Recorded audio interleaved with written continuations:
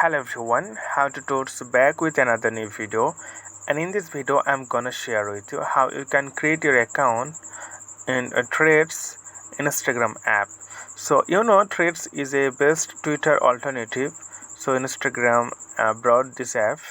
So how can you create your account in Threads? Just watch the video till the end, then you will learn.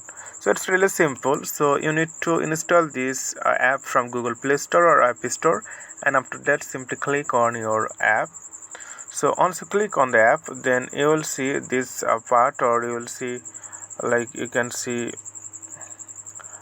this way. Okay, this interface.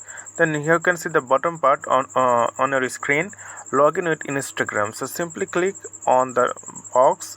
So once you click on the box, then you have to give your email and password, Instagram password. So I'm going to give this.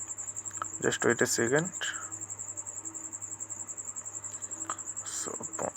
So once you're done giving all the information, email and password, then simply click login.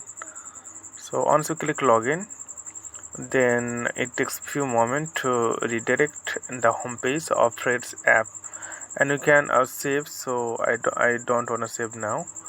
And after that, this is the interface. So it's really simple to create an account in Threads. So if you face any problem, then let me know in comment below.